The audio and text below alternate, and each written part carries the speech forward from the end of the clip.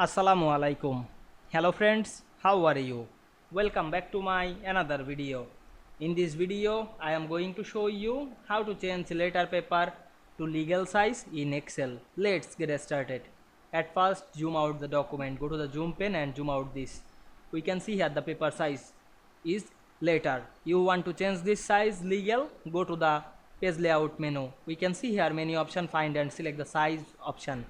Now I am select the letter size to legal size. Now I am find and select the legal and select this.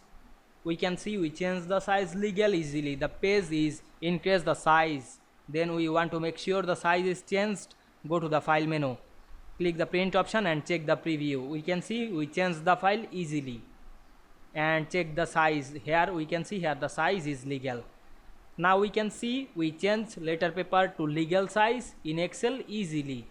I hope you enjoyed my video. Please like, comment, share and subscribe my channel. Thanks for watching.